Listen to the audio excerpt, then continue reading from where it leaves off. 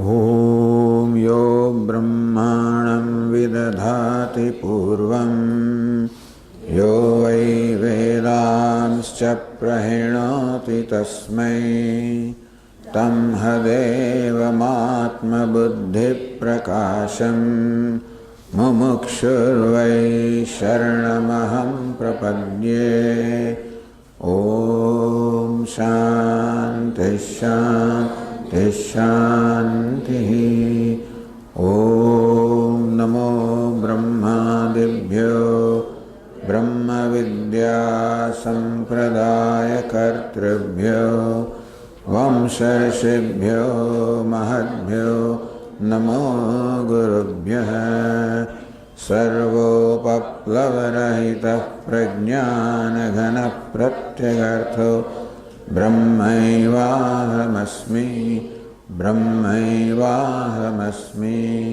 ॐ नारायणं पद्मभवं वसिष्ठं शक्तिं च तत्पुत्रपराशरं च व्यासं शुकं गौडपदं महान्तं गोविन्दयोगीन्द्रमथास्य शिष्यं श्रीशङ्कराचार्यमथास्य पद्मपादं च हस्तामलकं च शिष्यं तन्तोटकं वार्तिककारमन्यान् अस्मद्गुरून् सन्ततमानतोऽस्मि।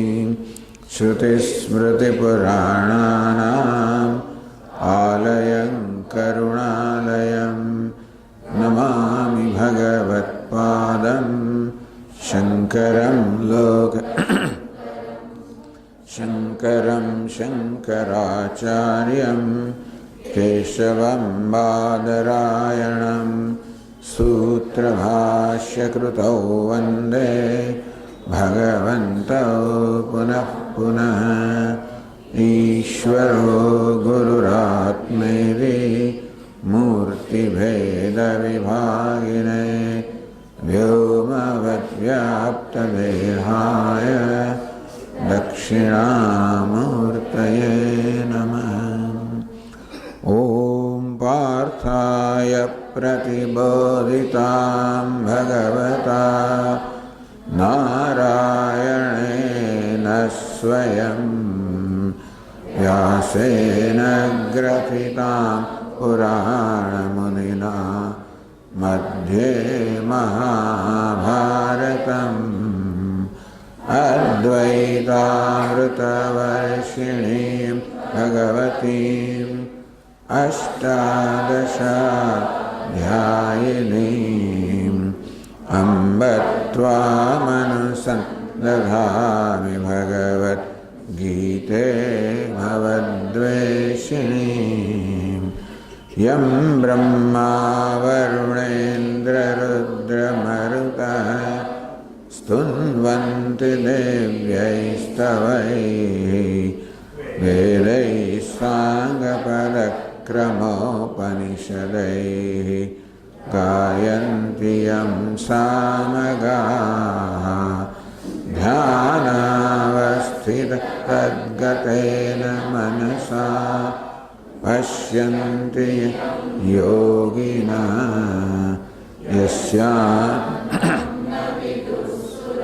सुरगणाः देवाय तस्मै नमः।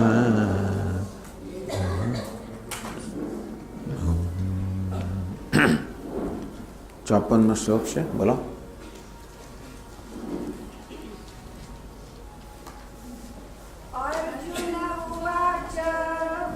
अर्जुन उवाच प्रज्ञस्य का भाषा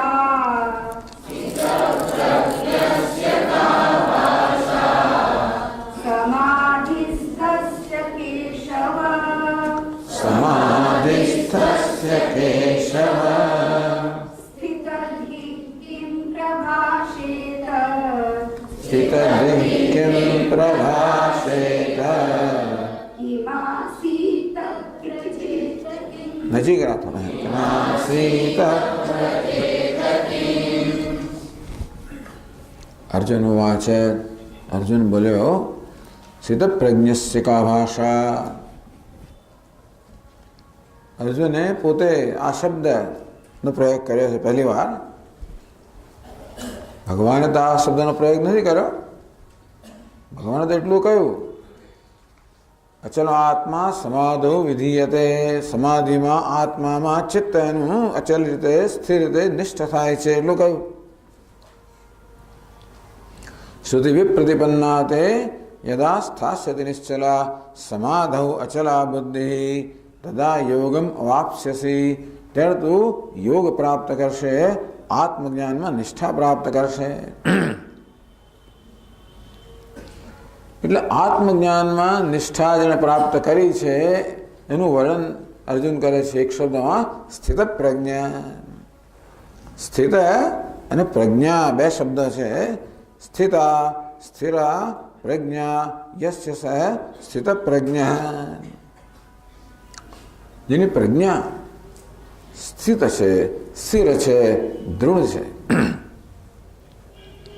અર્થાત જે પ્રજ્ઞામાં જ્ઞાનમાં દ્રઢ છે, નિષ્ઠ છે.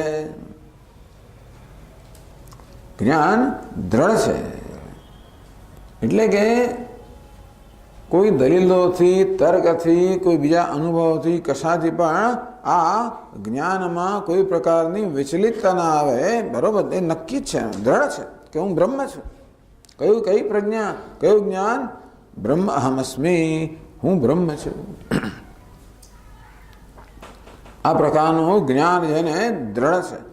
જેવી રીતે અત્યારે આપણું જ્ઞાન છે હું દેહ છું, મનુષ્ય છું, બ્રાહ્મણ છું, પુરુષ છું, સ્ત્રી છું. અડધી રાતે ઉઠાડીને ગયા તો પણ આપણે કહી દઈએ ને કોઈ પ્રકારના પ્રયત્ન વગર. એમ દ્રઢતા જ્યાં કોઈ જે સહજ છે. તો જેવી રીતે અજ્ઞાની કે અવિવેકી મનુષ્યનું આ જ્ઞાન સહજ હોય છે કે હું દેહ છું, પુરુષ છું, સ્ત્રી છું, બ્રાહ્મણ છું, ક્ષત્રિય છું. તેવી રીતે આ જ્ઞાની મહાપુરુષનું આ જ્ઞાન સહજ છે, દ્રઢ છે, પ્રયત્ન વગરનું છે. હું બ્રહ્મ છું. સ્વામી આખો દિવસ તમે તહેકાઈ કરો છો તું બ્રહ્મ છે, તું બ્રહ્મ છે, તું બ્રહ્મ છે. તો પછી માણસમાં તમે માણસો મગજ નથી ફેરવી નાખતા? તમે આવો ખ્યાલ ઉત્પન્ન કરો છો. તમે બ્રેઇન વોશિંગ કરે અંગ્રેજીમાં કે. તો આ જે જ્ઞાની પુરુષ છે બ્રેઇન વોશ છે, અર્થાત કોઈને ભ્રમમાં નાખી દેલો છે. એટલે બસ સમજ્યા વગર જ એ આવી રીતે રટ્યા કરતો હોય છે હું બ્રહ્મ છું. તો કે ના, આ એનું અપરોક્ષ જ્ઞાન છે, પ્રત્યક્ષ જ્ઞાન છે, અનુભવ છે. કારણ કે આત્મા બ્રહ્મ છે. હમણાં જ કહેવામાં આવ્યું મંડકોપનિષદમાંથી દ્વા સુપર્ણા સયુજા સખાયા સમાનમ વૃક્ષમ પરિશસ્વજાતે. ઉપનિષદ કે આ વૃક્ષમાં, આ દેહમાં, આ ઉપાધિમાં જાણે કે બે સમાન દેખાવના પક્ષીઓ છે. જાણે કે બે નથી, એક જ છે. જીવ અને બ્રહ્મ બે નથી, એક જ છે. છતાં ઉપનિષદ કહે છે કે બે પક્ષીઓ છે. જીવ નામનું એક પક્ષી, બ્રહ્મ નામનું બીજું પક્ષી. તો એક છે તો બે કેમ કહેતા છે? કારણ કે આપણે માનીએ છીએ કે બે છે. આપણે માનીએ છીએ કે ઈશ્વર આપણા કરતાં જુદો છે, બ્રહ્મ આપણા કરતાં જુદું છે, પરમાત્મા જુદો છે.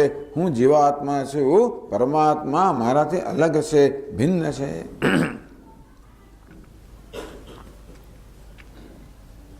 આપણો આ ખ્યાલ દ્રઢ છે.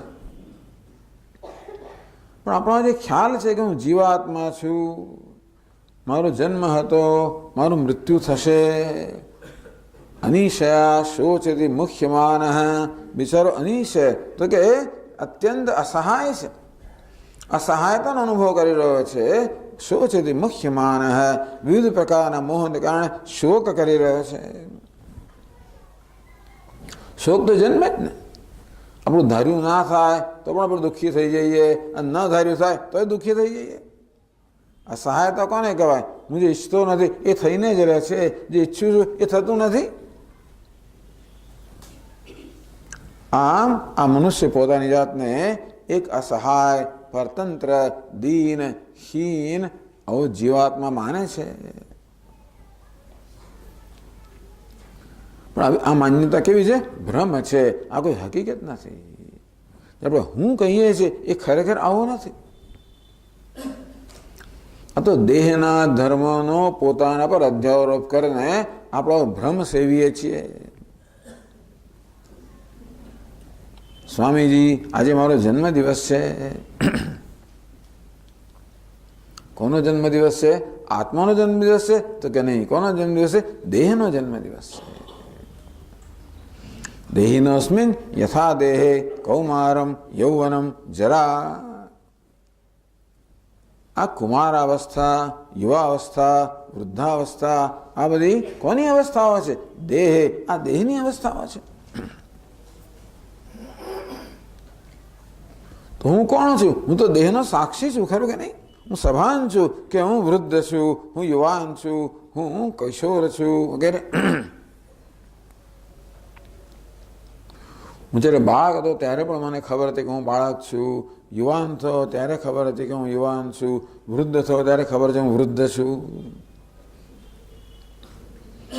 આ શરીરની અવસ્થાઓ બદલાયા કરે છે. આ હું તો એમને એમ જ રહે છે. અવસ્થાઓ આવે છે અને જાય છે. જાગ્રત, સ્વપ્ન, સુષુપ્તિ. આપણે જાગતા હોઈએ, સ્વપ્નમાં હોઈએ, ઊંઘતા હોઈએ, અવસ્થાઓ આવે અને જાય. બાલ્યાવસ્થા, યુવાવસ્થા, વૃદ્ધાવસ્થા, અવસ્થાઓ આવે અને જાય. સુખીપણું, દુઃખીપણું, આ બધું આવે ને જાય. આ શું છે? આવ્યા જ કરે છે, જગ્યા કરે છે. આ બધું કયા રંગમંચ પર થાય છે? કયા પ્લેટફોર્મ પર થાય છે? અહમ અહમ, આ હું છે એ તો સદા એક સમાન છે. આ બધાનો આધાર છે, બધાનો સાક્ષી છે. વેદાંતવાને આત્મા, અનાત્મા, વિવેક એમ કહે છે. આત્મા અને અનાત્મા બે જાણે કે ભેગા થઈ ગયા છે. એ બે હોવા છતાં પણ આપણે એ બેનો ભેદ પારખી શકતા નથી. જ્યાં બે છે ત્યાં આપણે એક છે એવો ભ્રમ સેવીએ છીએ. વેદાંતમાં દૃષ્ટાંત આપવામાં આવે. તપ્તાય પિંડ. એક લોખંડનો ગોળો હોય, એને ભઠ્ઠીમાં તપાવવામાં આવે તો ધીમે ધીમે એ લાલ ચોળ બની જાય, અગ્નિનો ગોળો બની જાય. તો જેને અગ્નિ કે લોખંડનું જ્ઞાન નથી તો એમ જ માને કે આ આગનો ગોળો છે. એ આગના ગોળામાં બે તત્વ સમાયેલા છે, લોખંડ અને અગ્નિ. પણ બંનેમાં ઓતપ્રોત થઈ ગયા છે.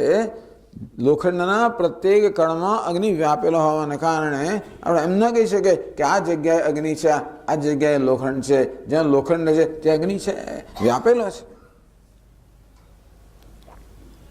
તો આત્મા અનાત્માનું જાણે કે પરસ્પર આવું તાદાત્મ્ય થઈ ગયું છે. આ દેહ તો અનાત્મા છે. આ દેહ, ઇન્દ્રિયો, મન, બુદ્ધિ, આજે આપણો સંઘાત છે, ઉપાધિ છે, વ્યક્તિત્વ છે, એ તો અનાત્મા છે. આત્મા તો ચૈતન્ય છે અને ચેતનતા પ્રદાન કરનાર છે. દેહ આપણને ચેતન ભાસે છે, પણ એની ચેતનતા કેવી છે? ઉછીની લીધેલી છે. ઇન્દ્રિયો ચેતન ભાસે છે, મન ચેતન ભાસે છે, અને તેથી આપણે એને આત્મા માનીએ છીએ. પરંતુ આ બધાની જે ચેતનતા છે એ કેવી છે? સ્વાભાવિક નથી, ઉછીની લીધેલી છે. જેમ પેલો લોખંડનો ગોળો દજાડે છે, એ દજાડો લોખંડને કારણે નથી, એ તો અગ્નિને કારણે છે. પરંતુ એવો વિવેક ન હોય તો આપણે કે હું ચાથી દાઝી ગયો. ચા દજાડે? ચા ના દજાડે. કોણ દજાડે? અગ્નિ દજાડે. ચામાં રહેલો અગ્નિ દજાડે છે. તેવી રીતે આ શરીરની ચેતનતા કોની છે? આત્માની ચેતનતા છે. શરીરમાં, ઇન્દ્રિયમાં, મનમાં, આ સમગ્ર ઉપાધિમાં જે ચેતનતા છે એ તો આત્માને કારણે છે. ચૈતન્યની સન્નિધિમાં આ બધી વસ્તુઓ ચેતનવંતી બની જાય છે. જેમ વીજળીની સન્નિધિમાં આ બલ્બ એકદમ પ્રકાશવા લાગે છે,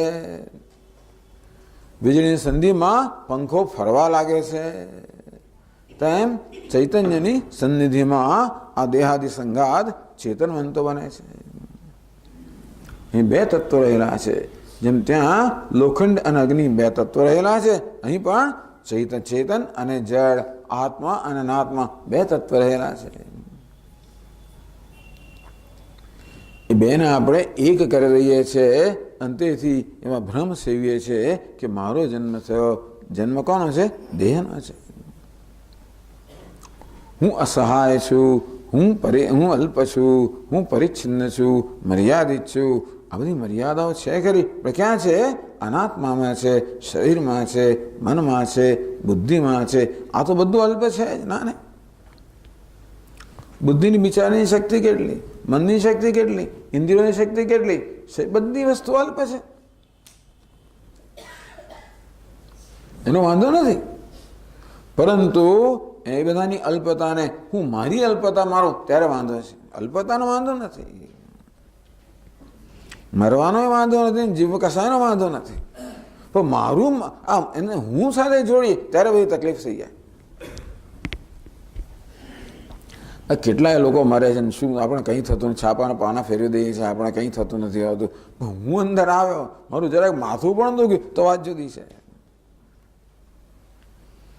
અર્થાત આ બધી વસ્તુઓને હું સાથે જોડવામાં આવે ત્યારે આ એક મહાન પ્રશ્ન બની જતો હોય. બાકી કંઈ પ્રશ્ન જીવનમાં નથી. એને ન જોડીએ તો કંઈ વાંધો નથી. તો હુંનું સ્વરૂપ કેવું છે? પહેલા દિવસે કહેલું તત્વમસી. હુંનું સ્વરૂપ તો તત્ અર્થાત બ્રહ્મ છે, ચૈતન્ય છે, સચ્ચિદાનંદ, પૂર્ણ છે, પૂર્ણ પરમાત્મા એ હુંનું સ્વરૂપ છે. ઉપનિષદ કહે છે કે પરમાત્માએ આ બધા ખોડિયા ઉત્પન્ન કર્યા અને ગઈકાલે વાત કરે ને એમાં પ્રવેશ કર્યો અને ભૂલી ગયો કે હું આનાથી અલગ છું.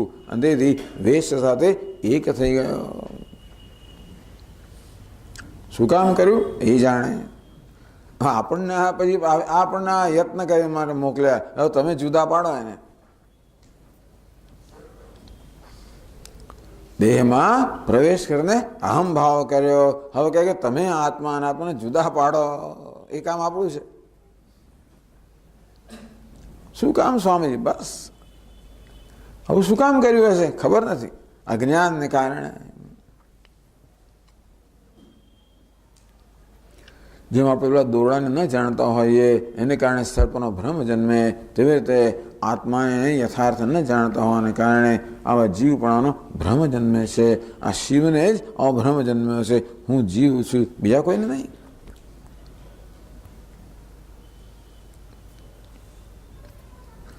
તો આ પ્રકારે આત્મ અનાત્મ વિવેકથી જેને આ પ્રકારની પ્રજ્ઞા જન્મી છે, આ પ્રકારનું અપરોક્ષ જ્ઞાન જન્મ્યું છે, આ સ્પષ્ટ જ્ઞાન જન્મ્યું, હું તો બ્રહ્મ છું, ચૈતન્ય છું, સચ્ચિદાનંદ છું.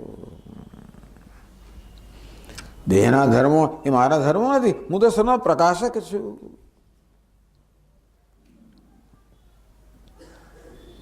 અંતો પછી આ દેહ, અમારા સ્વામીજી મારી ભાષામાં કહીએ તો આ દેહ શું બને? લક્ઝરી બની જાય. આ દેહમાં અહમભાવને કારણે દેહ મહાન સમસ્યા છે.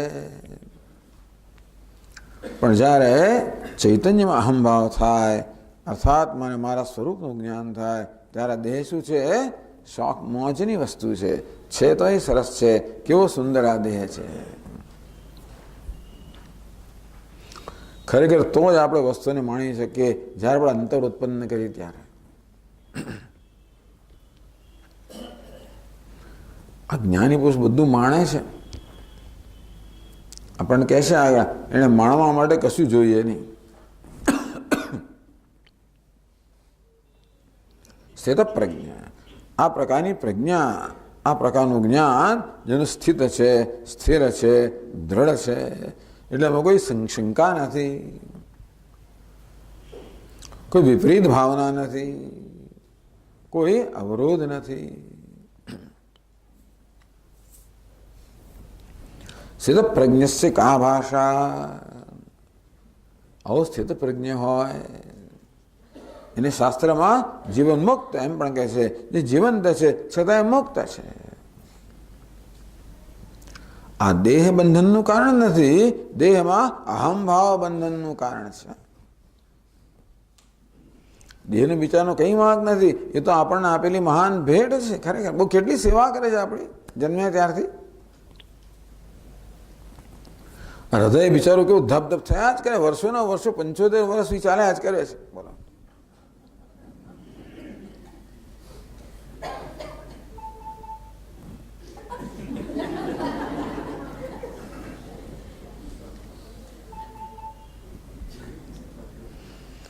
એટલે આ દેહ હોવો, ઇન્દ્રિયો હોવી, મન હોવું, બુદ્ધિ હોવી, મર્યાદાઓ હોવી, એ પણ કોઈ સમસ્યા નથી. સમસ્યા ક્યાં છે? હું દેહ છું, હું મન છું. જ્યારે અહમને જોડવામાં આવે ત્યારે દરેક વસ્તુ સમસ્યા બની જાય. અમારા સ્વામીજી કહે કે આ દેહની એક એક વસ્તુ સમસ્યા બની જાય. માથાથી મળીને પગ સુધી સમસ્યા. હું દેહ હોઉં તો વાત છે કે નહીં, ત્યાંથી શરૂ થાય. હોય તો કેવા રંગના છે, પાછું શરૂ થાય. નાક કેવું છે, આંખો કેવી છે, કાન કેવા છે, હોઠ કેવા છે, એક એક શરીરનું અંગ છે ને એ દરેક સમસ્યા બની જાય. નહીં તો પ્લાસ્ટિક સર્જનોને આટલો ધંધો ક્યાંથી મળે? આ બ્યુટી પાર્લરના લોકોને કેટલા લોકો પૈસા કમાય છે, બધું શાને કારણે?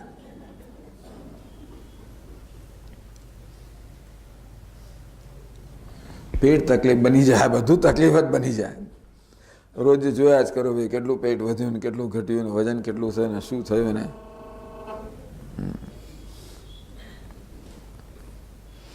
મોબાઈલની શોધ થઈ ત્યારથી મહાન ત્રાસ થઈ ગયો છે ખરેખર. હમણાં શું થયું, કોઈ વાઇબ્રેટર મોર પર મૂકે એ ખોટી વસ્તુ છે, બંધ જ કરવો જોઈએ. વાઇબ્રેટરને કારણે એમ્પ્લીફાયર વાઇબ્રેટ થાય, હમણાં થયું ને.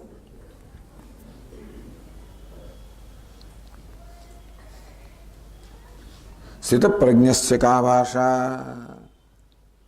આવું મુક્ત પુરુષ છે. બસ આ જ મુક્તિ. આત્મા તો મુક્ત જ છે, પરંતુ આ ઉપાધિમાં અહંભાવને કારણે જાણે કે બંધાઈ ગયેલો છે, બંધાયો નથી. પેલા અભિનેતાના મનમાં ભ્રમ પેસી જાય કે હું ભિખારી છું, એ જાણે કે ભિખારી બની ગયો છે, ખરેખર બની ગયો નથી. અંતિથી એનો વિવેકે જન્મે કે ભિખારી પણ તો વેશમાં છે, હું તો વેશને ધારણ કરનાર છું. બસ તો કામ પતી ગયો, પાછો ધનવાન બની ગયો, હતો તે જ બની ગયો. સ્થિત પ્રજ્ઞસ્ય કા ભાષા, આવું જે સ્થિત પ્રજ્ઞ છે, જે જ્ઞાનનિષ્ઠ છે, જે જીવંત છે ત્યારે જ મુક્ત છે, એની શું ભાષા? ભાષા શબ્દનો અર્થ કરે છે કથમ ભાષ્યતે અન્યૈ. હે ભગવાન, અન્ય મહાપુરુષો આ સ્થિત પ્રજ્ઞનું કે તો વર્ણન કરે છે. ભાષા એટલે કઈ ભાષા બોલે છે એવો પ્રશ્ન નથી. કથમ અન્યૈ ભાષ્યતે, કેવી રીતે આનું વર્ણન કરવામાં આવે છે, શું વ્યાખ્યા છે અને શું લક્ષણો છે. ભગવાન આ સ્થિત પ્રજ્ઞને, આ જ્ઞાનનિષ્ઠ મહાપુરુષને ઓળખો કઈ રીતે, એના કયા ચિહ્નો છે? ઓળખવા માટે ચિહ્ન જોઈએ. જા ભાઈ પેલા દેવદત્તને બોલાવો, કેવો છે? તો કે એની ઊંચાઈ આટલી છે, એનું નાક આવું છે, ચશ્મા પહેરે છે, ફલાણું શર્ટ પહેરે. આમ વર્ણન કે ચિહ્નો છે એ બધું ઓળખી શકીએ કે આ વ્યક્તિને ઓળખી શકાય.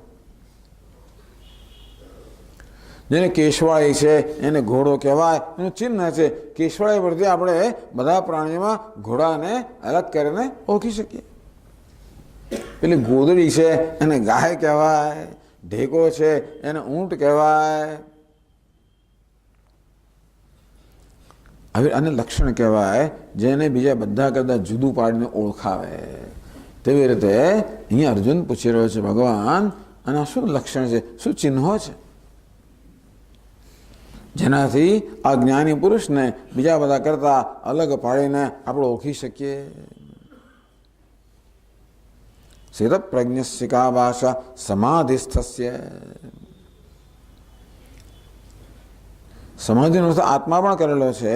આત્મનિષ્ઠ જે સ્થિતપ્રજ્ઞ છે એનું શું ભાષા છે, શું વર્ણન છે, એના શું લક્ષણ છે, એને કેમ ઓળખવો, એની એવી કઈ સામાન્ય વસ્તુ એનામાં છે જેને કારણે સ્થિતપ્રજ્ઞ છે, જેને કારણે મુક્ત છે, અને જે ન હોવાથી બીજા બદ્ધ છે, એવું અસામાન્ય એનામાં શું છે. પછી બીજી પંક્તિમાં બીજા 3 પ્રશ્નો પૂછે. સ્થિતધીઃ કિમ પ્રભાષેત, કિમ આસીત, વ્રજેત કિમ. તો સ્થિતધી કહો કે સ્થિત પ્રજ્ઞ કહો, બંનેનો અર્થ એક જ થાય છે. ધી એટલે બુદ્ધિ એટલે કે જ્ઞાન. સ્થિતધી એટલે જે જ્ઞાનમાં સ્થિત છે, જ્ઞાનમાં નિષ્ઠ છે. કયું જ્ઞાન? હું બ્રહ્મ છું, હું પૂર્ણ છું, નિત્ય મુક્ત છું, એ જ્ઞાનમાં. કિમ પ્રભાષેત.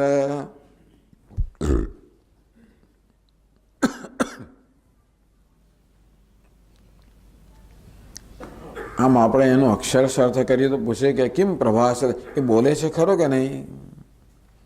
કિમ આસીત અથવા કેમ બોલે છે? ખરે તો બોલે છે કે નહીં, બેસે છે કે નહીં, ચાલે છે કે નહીં, એવું નહીં. કિમ એટલે કથમ. કથમ પ્રભા કિમ સ્થિતધિ કિમ પ્રભાષેત. આ કેમ, કઈ રીતે બોલે છે? તો શું અર્જુન એમ પૂછવા માંગે છે કે આ સંસ્કૃતમાં બોલે છે કે પછી કઈ ભાષામાં બોલે છે, એવું પૂછવા નહીં. કિમ પ્રભા, કથમ પ્રભાષેત. બોલે છે. આપણે બોલતા હોય છે મનમાં કઈ ને કઈ પ્રકારની કોમેન્ટ્રી ચાલ્યા કરતી હોય છે. દરેક પરિસ્થિતિમાં આપણે કંઈક વાણીથી ન બોલીએ તો મનથી બોલ્યા કરતા હોય છે. દરેક પરિસ્થિતિ પ્રત્યે આપણે પ્રતિભાવ દર્શાવતા હોઈએ છીએ. એ બોલવું. અહીંયા આગળ બોલવું એ માત્ર વાણીની જ ક્રિયા માટે નથી, પરંતુ ભિન્ન પરિસ્થિતિમાં આ સ્થિત પ્રજ્ઞા, આ જ્ઞાની પુરુષ કયા પ્રકારનો પ્રતિભાવ દર્શાવે છે એમ બોલવું. એટલે કે પરિસ્થિતિ એની સમક્ષ આવે ત્યારે કઈ રીતે પ્રતિભાવ દર્શાવે, એ રિસ્પોન્ડ કેમ કરે, પ્રતિભાવ કેમ દર્શાવે. કિમાસીત, એ કેમ બેસે છે? એટલે કે એ જ્યારે એકલો હોય, કંઈ ન કરતો હોય ત્યારે એ કેવી રીતે બેસે છે, એ કેમ પોતામાં નિષ્ઠ છે. વ્રજેત કિમ, કથમ વ્રજેત, એ કેમ ચાલે છે? એટલે કે એ જ્યારે પરિસ્થિતિમાં જાય ત્યારે એનો વ્યવહાર કેવો હોય છે. જો પરિસ્થિતિ એની સમક્ષ આવે ત્યારે કેમ પ્રતિભાવ દર્શાવે છે, એ પરિસ્થિતિમાં વિચરણ કરે ત્યારે એની દ્રષ્ટિ કેવી હોય છે, અને કશો વ્યવહાર ન કરતો હોય ત્યારે એ કેવો હોય છે. એટલે આવો અર્થ કેમ કરીએ છીએ? ભગવાને જે રીતે ઉત્તર આપ્યો ને એ પરથી આપણે અર્થ કરીએ છીએ કે અર્જુનનો આવો પ્રશ્ન હશે. કે ભગવાને કોઈ બેસવાના આસનનું વર્ણન કર્યું નથી કે પદ્માસનમાં બેસે છે કે સિદ્ધાસન, એવું કહ્યું નથી ભગવાને. એ સંસ્કૃત ભાષા બોલે છે કે અંગ્રેજી બોલે છે એવું પણ કહ્યું નથી. એ હાથીની ચાલે છે કે હંસની ચાલે છે, એ ચાલનું પણ વર્ણન કર્યું નથી. વ્રજેત કેમ. ભગવાને જે રીતે અર્જુનના પ્રશ્નના ઉત્તર આપ્યા છે એ પરથી આપણે કહીએ કે અર્જુન આ જાણવા માંગે છે. હવે એ ગમે તેમ ચાલતો હોય એટલે એવું ચાલીએ એટલે આપણે જ્ઞાની થઈ જવાના છે? એ બોલવાની રીતથી આપણે એ ટૂંકમાં બહારના વ્યક્તિત્વનું અનુકરણ કરવાથી કંઈ ના થાય. અંદર શું છે? ટૂંકમાં જે જ્ઞાન છે, હું બ્રહ્મ છું, હું ચૈતન્ય છું, સચ્ચિદાનંદ છું, પૂર્ણ છું, આ જ્ઞાન એના જીવનમાં વ્યક્ત કેવી રીતે થાય છે? જ્ઞાન આપણે જોઈ ન શકીએ, પરંતુ આ જ્ઞાનની અભિવ્યક્તિ આપણે જોઈ શકીએ. તો આ જ્ઞાની પુરુષના જીવનમાં આ જ્ઞાનની અભિવ્યક્તિ કેવી હોય છે, જે પરથી હું પણ એવું કરું. અર્જુનને માત્ર આ કોઈ બૌદ્ધિક રસ નથી જાણવા માટે. અર્જુન કેમ પ્રશ્ન પૂછે? હું પણ એના જેવો થવા માંગુ છું. અર્જુન બહુ નિષ્ઠ સાધક છે. એને તે એક જ ઉત્કંઠા છે. યશ્રેયસ્યાત નિશ્ચિતમ બ્રૂહિ તન્મે. એણે પહેલેથી જ ભગવાનને કહેલું કે હે ભગવાન, જેને તમારું નિશ્ચિત શ્રેયસ થાય, નિશ્રેયસ થાય, મને મોક્ષ પ્રાપ્ત થાય, મારું દુઃખ હંમેશ મારે દૂર થાય, હું સુખમાં પ્રતિષ્ઠિત થઉં, અર્થાત મારા જીવનનું ધ્યેય પ્રાપ્ત કરું, બસ એ મને કહો. બીજા કશામાં એને રસ નથી. યુદ્ધ કેમ લડવું ને કઈ યોજના છે, કઈ વ્યૂહ રચના છે, એવું કશું નથી પૂછતો. મને વિજય કેમ પ્રાપ્ત થાય એવું કઈ પૂછતો નથી.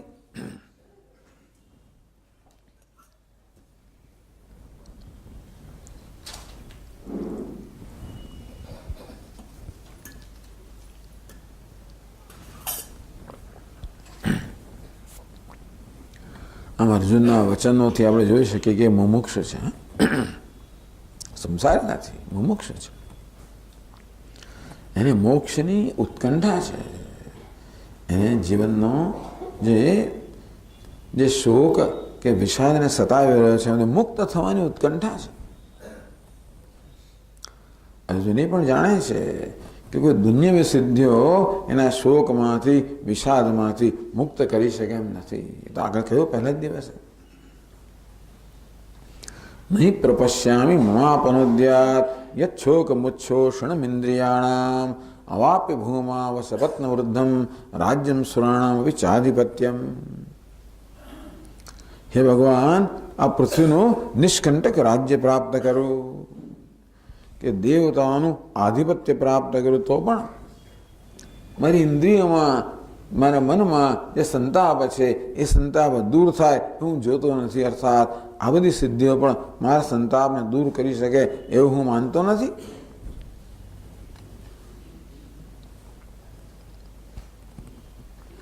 એટલે અર્જુન જ્યારે સ્થિત પ્રજ્ઞના લક્ષણો વિશે પૂછે ત્યારે એ સ્થિત પ્રજ્ઞ બનવા માંગે છે.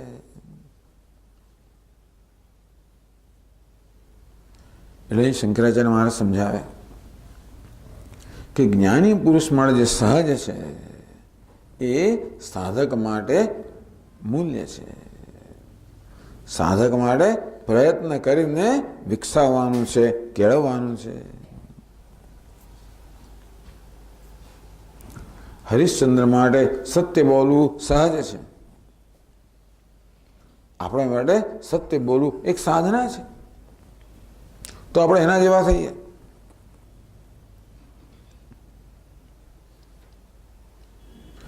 તેવી રીતે જે આ સ્થિત પ્રજ્ઞ માટે, જ્ઞાની માટે સહજ છે એ સાધકો માટે સાધના બની રહે. આપણે એના જેવા થવાનો પ્રયત્ન કરીએ, આપણે આપણી જાતને એ રીતે ઘડવાનો પ્રયત્ન કરીએ. હું દૃષ્ટાંત આપતો હોઉં છું કે જેવી રીતે કોઈ નાનો બાળક હોય એને ક્રિકેટર બનવું છે, એને સચિન તેંડુલકર જેવા બનવું છે, તો આ બધા બાળકોની રૂમમાં તમે જુઓ ને તો સચિન તેંડુલકર મોટા મોટા પોસ્ટરો હોય, જાત જાતના પોઝવાળા પોસ્ટર હોય. એ કેવી રીતે બેટ પકડે છે, કેવી રીતે સ્ટ્રોક મારે છે, કેવી રીતે ઊભો રહે છે, વગેરે વગેરે કેટલા બધા પોસ્ટરો હોય. અને લક્ષણો છે બધા જેને બીજા બધા ક્રિકેટરો કરતા જુદો પાડે છે. આપણે એવું જ કરવાનો પ્રયત્ન કરે, આપણે એવી રીતે બેટ પકડે, એમ જ જાય, એ રીતે જ આગળ આવે, એ રીતે લગાવે, બોલને ફટકારે વગેરે વગેરે. જે પેલા માટે સહજ છે આના માટે સાધન છે. આમ સાધનનું આપણે અનુષ્ઠાન કરીએ પ્રયત્નપૂર્વક તો એક દિવસ એમાં આપણે માટે સહજ બની જાય. એને સાધન કહેવાય કે એક દિવસે સહજ બની જાય. સત્ય બોલવું એ સાધન કહેવાય, પણ એક દિવસ આવે જ્યારે આપણે માટે સત્ય બોલવું સહજ બની જાય, કારણ કે આપણો સ્વભાવ છે. જે બધા લક્ષણોનું વર્ણન કરવામાં આવશે એ લક્ષણો કેવા છે? એ ખરેખર આત્માનો સ્વભાવ જ છે. એટલે કે માત્ર સ્થિત પ્રજ્ઞનો જ આ વિશેષ અધિકાર નથી કે આવો હોય. આપણે પ્રત્યેક પણ એવા બની શકીએ છીએ, કારણ કે જે એનો આત્મા છે એ જ આપણો આત્મા છે, જે એનું મન છે એ જ આપણું મન છે, અને તેથી આપણે પણ એવા જ બની શકીએ. આ રીતે આ શ્લોકમાં અર્જુન 4 પ્રશ્ન ભગવાનને પૂછે છે. સ્થિત પ્રજ્ઞના લક્ષણ જાણવા ઈચ્છે છે, જેથી એના પોતાના જીવનમાં એ સાધન બની જાય. તો હવે ભગવાન એનો ઉત્તર આપે છે. કહે છે આગળ,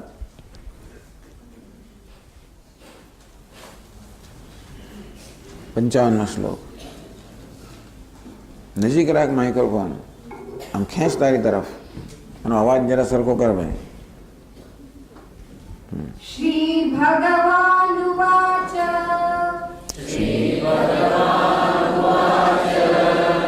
પ્રજહાતિ યદા કામાન પ્રજહાતિ યદા કામાન સર્વાન પાર્થ મનોગતાન સર્વાન પાર્થ મનોગતાન આત્મન્યેવાત્મના તુષ્ટઃ આત્મન્યેવાત્મના તુષ્ટઃ સ્થિતપ્રજ્ઞસ્તદોચ્યતે સ્થિતપ્રજ્ઞસ્તદોચ્યતે. શ્રી ભગવાન વાચ. આ કહેનારું કોણ છે એ પણ જરા જાણવા જેવી વસ્તુ છે. ભગવદ્ ગીતા એ કોનો ઉપદેશ છે? સાક્ષાત ભગવાનનો ઉપદેશ છે. પાર્થાય પ્રતિબોધિતામ ભગવતા નારાયણેન સ્વયં. ભગવાન નારાયણે સ્વયં પાર્થને આનો ઉપદેશ કરેલો છે. મહાત્માઓ કોઈ ઉપદેશ પણ નથી કર્યો. ટૂંકમાં ભગવદ્ ગીતાનો ઉપદેશ ભગવાને કર્યો એમ નથી, ઉપદેશ થયેલો છે. એટલે કે ભગવદ્ ગીતાની રચના ભગવાને કરી છે એમ નથી, ભગવદ્ ગીતા ભગવાનમાંથી પ્રગટ થયેલી છે. યા સ્વયં પદ્મનાભસ્ય મુખ પદ્માદ વિનિસૃતા. જે સ્વયં પદ્મનાભના મુખ કમળમાંથી સ્વયં પ્રકટ થયેલી છે. એટલે ગીતાની રચનામાં ભગવાનનું કર્તૃત્વ નથી. આ વેદ જેવી રીતે ભગવાનના નિશ્વાસ સ્વરૂપ છે, વેદ પણ રચવામાં નથી આવ્યા, એ તો ભગવાન દ્વારા પ્રગટ થયેલા છે. ભગવદ્ ગીતા પણ રચવામાં નથી આવી, ભગવાન દ્વારા પ્રગટ થયેલી છે. એટલે જ વેદનું જેવું મહત્વ છે એવું જ મહત્વ ભગવદ્ ગીતાનું છે. ને આપણા માટે થોડું વધારે, કારણ કે આ ગીત છે, ગવાયેલું છે. જે ગીતમાં છે ને, જે ગાયક હોય ને, એની અંદર એનું જે માધુર્ય હોય, એની જે રમણીયતા હોય, એ પણ ગીતમાં આવે ને. આમ પ્રવચન આપવું એક વસ્તુ છે અને ગાવું જુદી વસ્તુ છે. શ્રીમતા ભગવતા ગીતા, શ્રીમદ ભગવદ્ ગીતા શ્રીમાન ભગવાન વડે ગવાયેલી. શ્રીમાન ભગવાન, શ્રી એટલે બ્રહ્મ વિદ્યા, તો કે બ્રહ્મ વિદ્યાવાન નિષ્ઠ ભગવાન વડે ગવાયેલી. આગળ ભગવાન વડે ગવાયેલી. ટૂંકમાં અર્જુનના રથમાં સારથીના વેશમાં બેઠેલા કોણ છે? સ્વયં ભગવાન છે. ભલે ને આમ તો પેલા ગોવાળ હોય એવું લાગે, આપણે ગોવાળનો દીકરો છે, ગાય ચરાવનારો છે. સ્વયં કોણ છે? ભગવાન છે.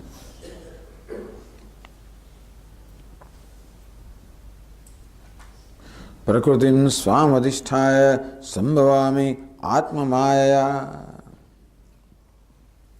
ભગવાન કહે કે મારી પ્રકૃતિનો વશમાં કરીને મારી પ્રકૃતિ વડે મારી માયાથી હું અવતાર ધારણ કરું છું, અવતાર લઉં છું.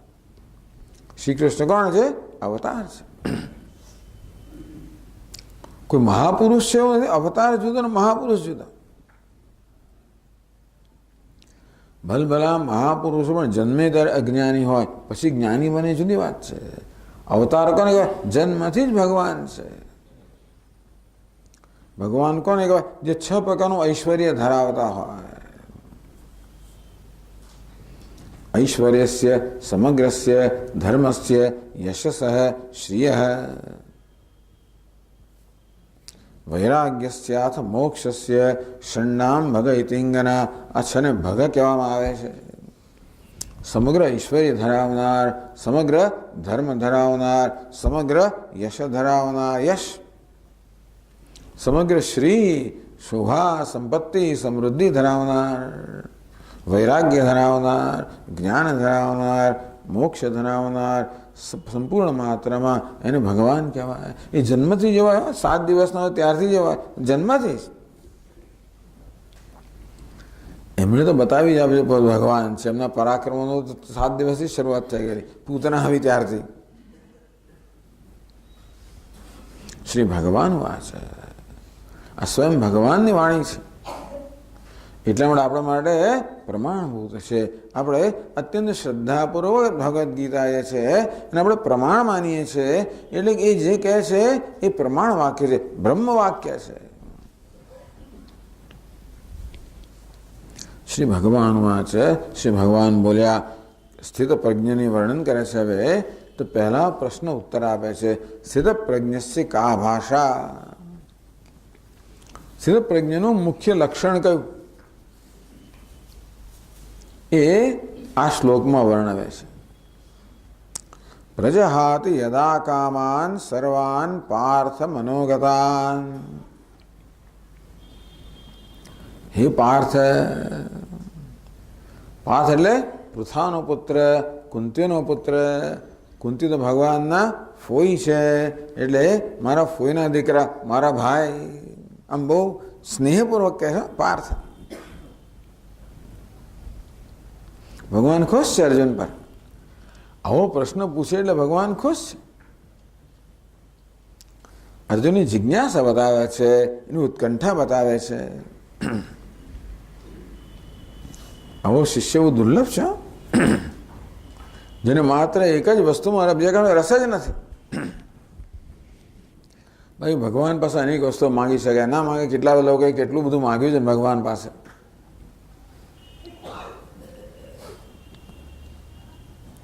અર્જુન નથી માગતો એવું બધું, દુનિયા વસ્તુ નહીં જોઈએ. યદા તદા સ્થિત પ્રજ્ઞ ઉચ્યતે. આવું જ્યારે થાય ત્યારે એને સ્થિત પ્રજ્ઞ કહેવાય. મુખ્યત્વે આ સ્થિત પ્રજ્ઞના જ્ઞાની મહાપુરુષના 2 લક્ષણોનું વર્ણન છે. અને બંને એ જાણે આપણને ખબર ના પડે બહારથી, કદાચ એના ચહેરા પરથી કંઈ ખબર પડે તો જુદી વાત છે. બાકી આ તો સ્વસંવેદ્ય, અર્થાત એને પોતાને જ ખબર પડે. પેલું લક્ષણ કહે છે પ્રજહાતિ યદા કામાન સર્વાન મનોગતાન. યદા સર્વાન મનોગતાન કામાન પ્રજહાતિ.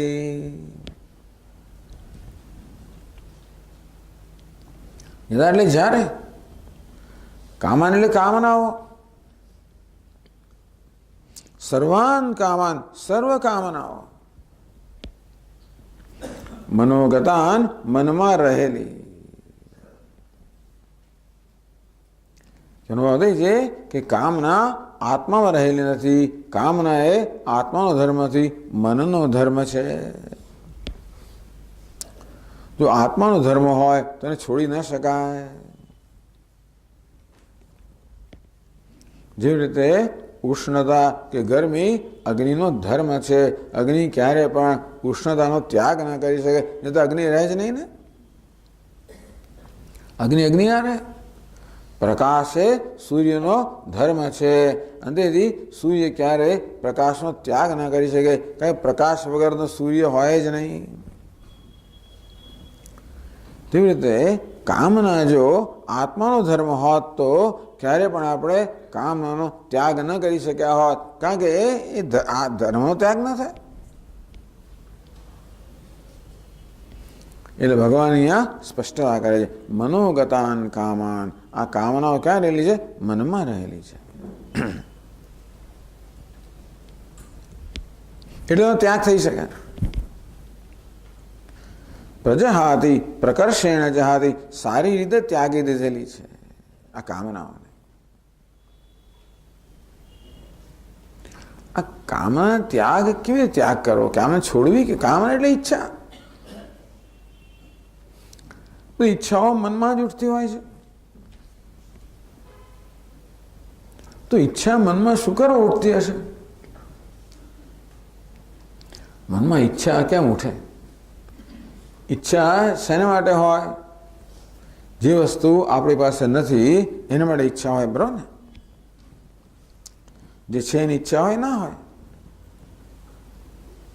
ઘર ના હોય તો ઘર મેળવવાની ઈચ્છા હોય, મોટર ગાડી ના હોય એ મેળવવાની ઈચ્છા હોય, નોકરી ના હોય એ મેળવવાની ઈચ્છા હોય, ધન ના હોય એ મેળવવાની, વગેરે વગેરે અનેક વસ્તુ આપણી પાસે ન હોય મેળવવાની ઈચ્છા હોય, સમજી શકાય છે.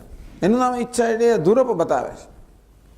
કશુંક મારી પાસે નથી અર્થાત મારી અધૂરપ કે ઉણપ બતાવે છે, ખરું ને? અમારા સ્વામીજી દૃષ્ટાંત આપે. હવે તો હું જ સાંભળતો થઈ ગયો એને, બીજા બધા સાંભળે પહેલા.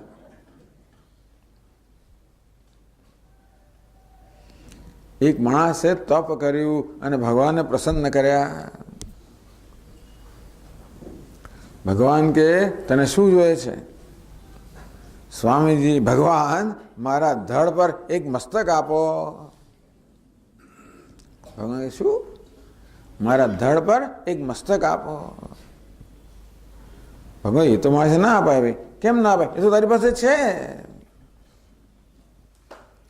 તને જોઈએ તો મસ્તકને અંદર કશુંક આપો.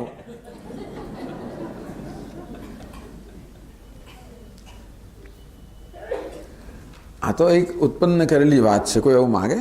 જે હોય વસ્તુની કોઈ માગણી ના કરે. જે ન હોય એની જ માગણી થાય, ખરું ને? પણ વળી પછી સ્વામીજીનું એક બીજું દૃષ્ટાંત તમને આપું.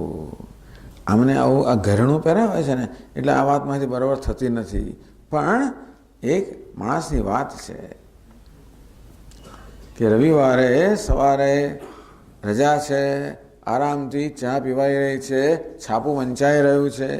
વાંચતી વખતે એણે વાંચવાના ચશ્મા પહેરેલા છે અને છાપું વાંચી રહ્યો છે. અને ત્યારે એક મિત્ર એને મળવા આવે છે. વાંચવાના ચશ્માથી આમ સીધું બરોબર ના દેખે એટલે આ શું કરે છે? પોતાના ચશ્માના રીતે અદ્ધર કરી દે છે. મિત્ર સાથે વાતો સીધો કરે છે અને આ ચશ્મા છેક ઉપર હોય, આવી તો હોય. 15-20 મિનિટ પછી એનો મિત્ર જતો રહે છે. વળી પાછો છાપો વાંચવાનો શરૂ કરે. વંચાતું નથી એટલે કે મારા ચશ્મા ક્યાં ગયા શોધવા માંડે છે. છાપાનો ઢગલો હતો નીચે શોધે, આમ શોધે, છતરીની નીચે શોધે, ચારે બાજુ શોધવા મળે, એને ચશ્મા મળે જ નહીં. 5 મિનિટ શોધાશોધ કર્યા પછી એ જરાક અધીરો બની ગયો અને જરાક બૂમ પાડી કે મારા ચશ્મા કોઈ જોયા છે? એની પત્ની આ બધો તમાશો જોતી હતી, રસોડામાં ઊભી સાંભળતી હતી. એ કશો જવાબ આપે જ નહીં. આ તો ટેવ પડી ગયા, તો રોજની વસ્તુ છે. કકળાટ જ્યારે વધ્યો, મારા ચશ્મા કોણે મૂકી? આખો દોડ આ ટેવ પડી ગઈ છે જેમ તેમ મૂકી દેવાની વગેરે બહુ બધું. ત્યારે પછી બહાર આવીને કહે શું તકલીફ છે? શું છે? મારા ચશ્મા ક્યાં ગયા? કયા ચશ્મા? વાંચવાના ચશ્મા? મને શું ખબર? એ તમાશો જોયો છે એની પત્ની. આવું ચાલે છે કેટલી મિનિટ સુધી. નસીબ જોગે આનો એનો દીકરો છે 15 વર્ષનો, એ આવી રહ્યો. એ પૂછે, દીકરા બેટા મારા ચશ્મા તે જોયા છે? કયા ચશ્મા પપ્પા? વાંચવાના ચશ્મા. ઓહ, એ તો હું શોધી આપું. એક શરતે. શું શરત? બોલ. મને સાંજે સિનેમા જોવા જવા દેવાનો.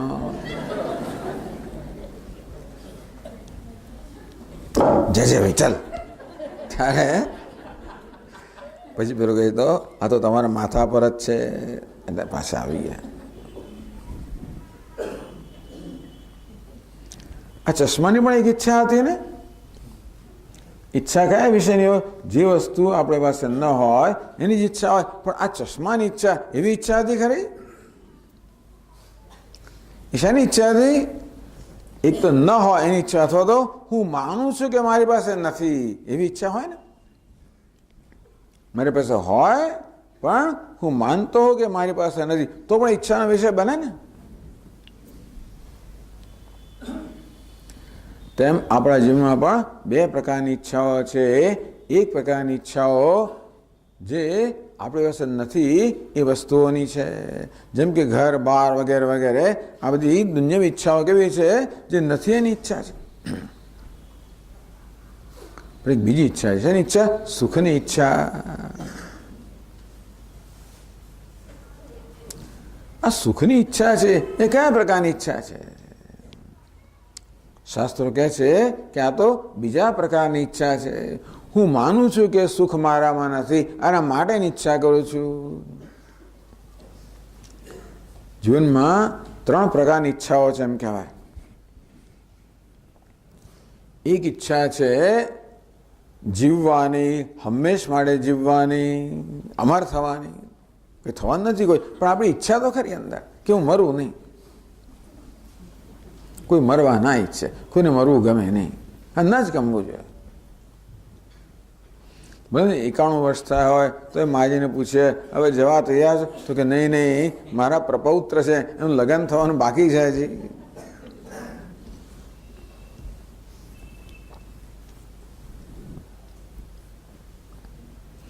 બીજી વસ્તુ જે ન ગમે એ અજ્ઞાન, કોઈને ના ગમે. મૂર્ખતા કોઈને પણ ના ગમે. બધાને ડાપણ ગમે, જ્ઞાન ગમે. એટલે જ્ઞાનની બીજી ઈચ્છા જીવનમાં છે.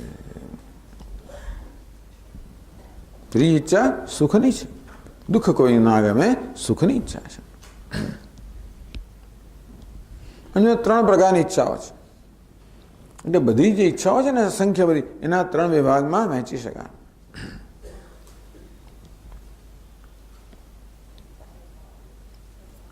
એક શેની ઈચ્છા છે? સતની ઈચ્છા છે. સત એટલે હોવાની ઈચ્છા. બીજી ચિત્તની ઈચ્છા છે, જ્ઞાનની ઈચ્છા.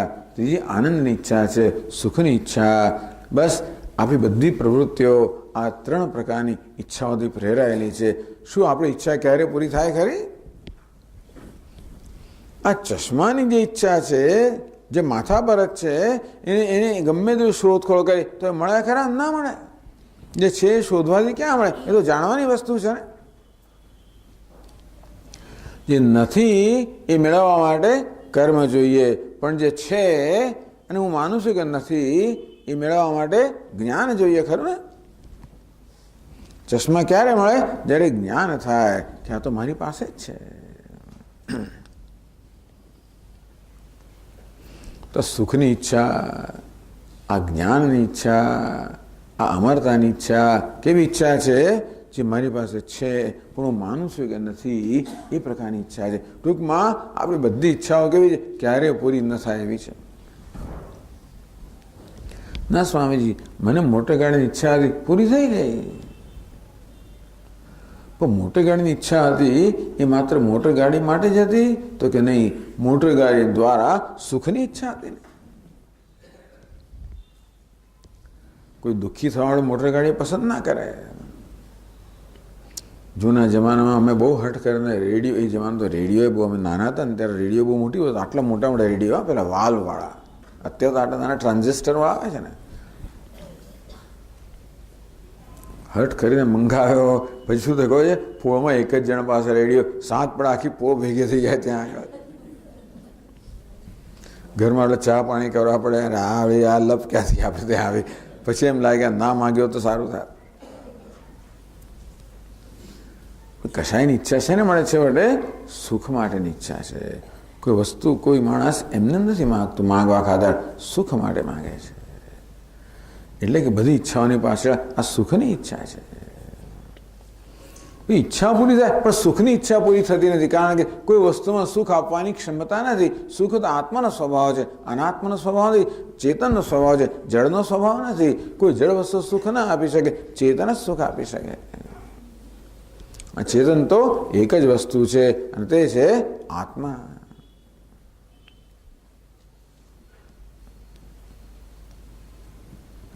એટલા માટે આ ઈચ્છા ક્યારે જાય? જ્યારે જ્ઞાન થાય કે હું સુખ સ્વરૂપ છું, આનંદ સ્વરૂપ છું, ત્યારે જ આ ઈચ્છા પૂરી થાય. ઈશ્વર ઈચ્છા પૂરી ન થાય. આ ઈચ્છા કેવી છે? જે છે પણ અમે માનીએ છીએ કે નથી, એ ઈચ્છા તો જ્ઞાનથી પૂરી થાય, કર્મથી પૂરી ન થાય. એટલા જ માટે આ જ્ઞાની મહાપુરુષ કહ્યું છે બધી ઈચ્છાથી મુક્ત છે. આમ તો એષણા ત્રણ પ્રકારની એષણા કહેવામાં આવી છે. પુત્ર ઈષણા, વિત્ત ઈષણા, લોક ઈષણા. પુત્રની, સંતતિની, પ્રજાની એષણા, વિત્તની, ધન સંપત્તિ, સત્તા, પ્રતિષ્ઠા વગેરેની એષણા,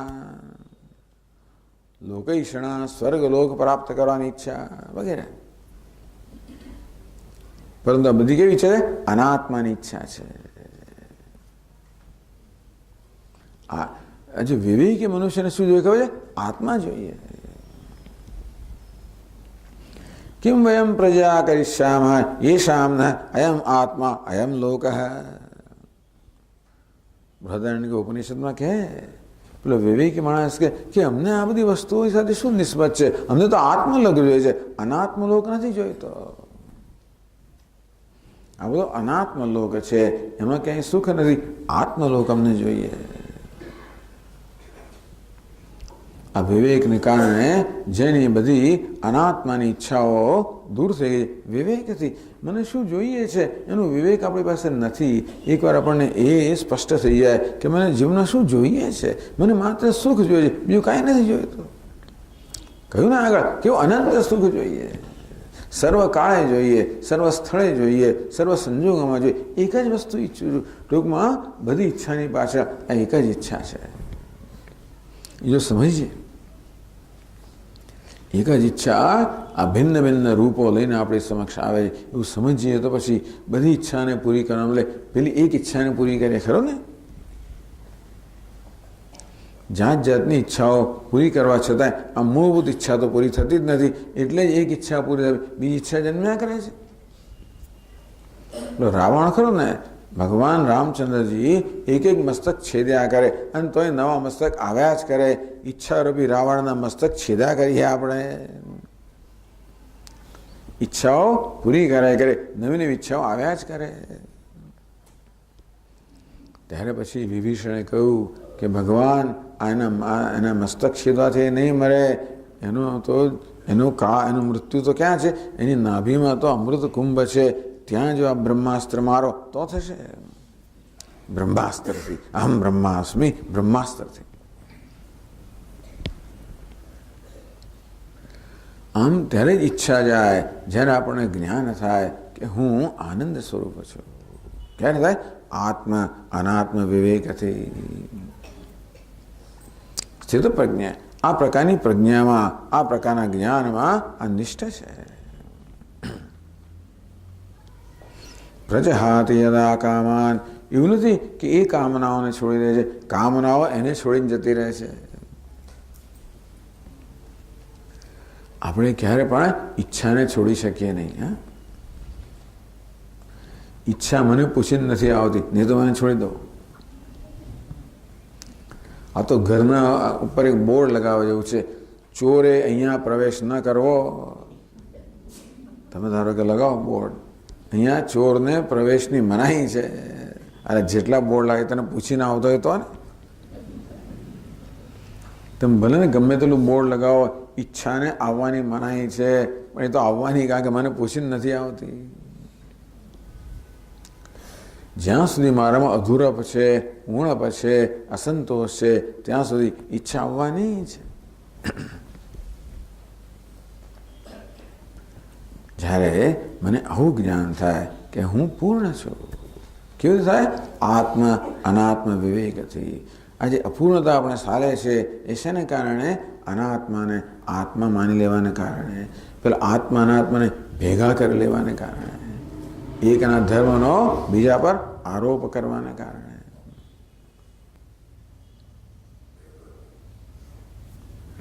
જ્યારે અંદર પૂર્ણતા છે ત્યાં કોઈ ઉણપને સ્થાન નથી, ત્યાં કોઈ ઈચ્છાને સ્થાન નથી. ઈચ્છા વિચારીને જાતે જ જતી રહે. આપણે તો ઈચ્છા ચા પાણી પીવડાય એટલે રોજ આવે જ ને. આ વાત પણ હું કહું છું કે એક માણસ હતો, એની રોજની ટેવ સાંજે 6:30 થાય એટલે એક મહેફિલ જામે એના ઘરની અંદર. છે મહેફિલ જાને પીવાની.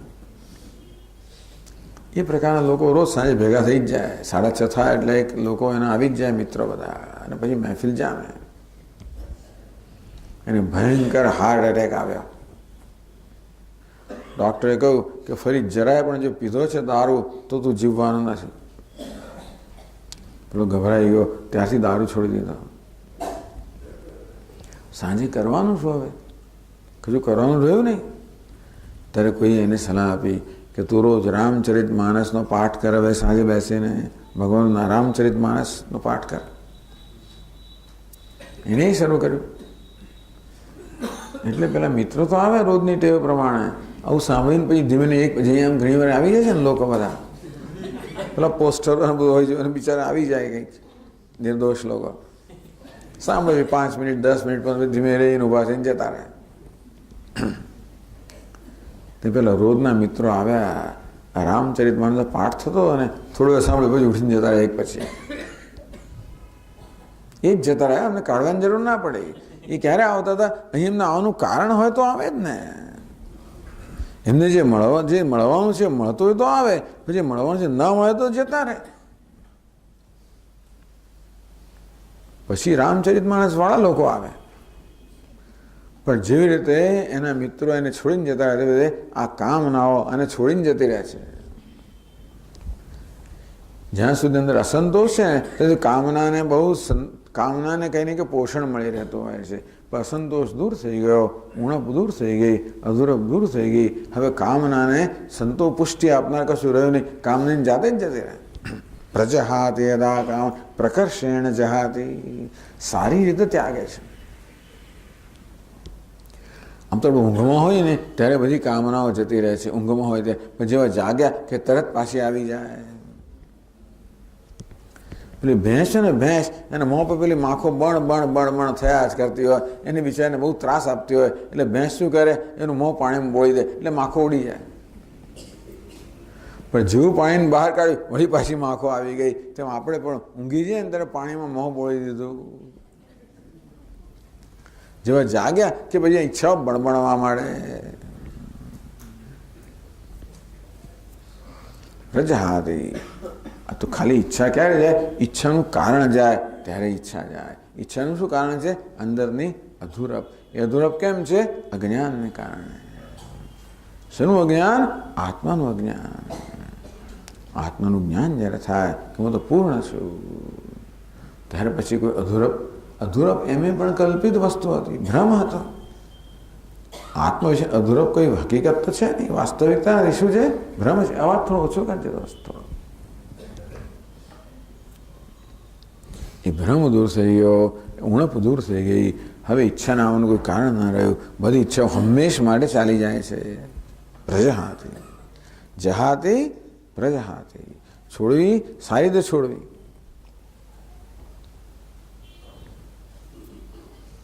એટલે કે જ્ઞાની પુરુષના મનમાં કોઈ ઈચ્છાઓ નથી, કોઈ માંગણીઓ નથી, કોઈ આગ્રહો નથી. મને આ જોઈએ, મને પેલું જોઈએ, એવી કોઈ પ્રકારની એની જરૂરિયાત જ નથી. બધી માંગણીઓમાંથી મુક્ત. ટૂંકમાં દુનિયા પાસે કશી માંગણી કરતો નથી. આપણે તો માંગણી કેમ કર્યા કરીએ? આપણી માંગણી પૂરી થાય ત્યારે આપણને જરા સુખ લાગે, નહીંતર ન લાગે એટલે આપણે માંગણીઓ કર્યા કરીએ. અંદર જરા કંઈ સુખ ના હોય ત્યારે, પણ અંદર સુખ છે ત્યારે કોઈ માંગણી રહેતી નથી. દરેક પરિસ્થિતિમાં એ તો આનંદમાં જ છે. એ આગળ વર્ણન કરશે.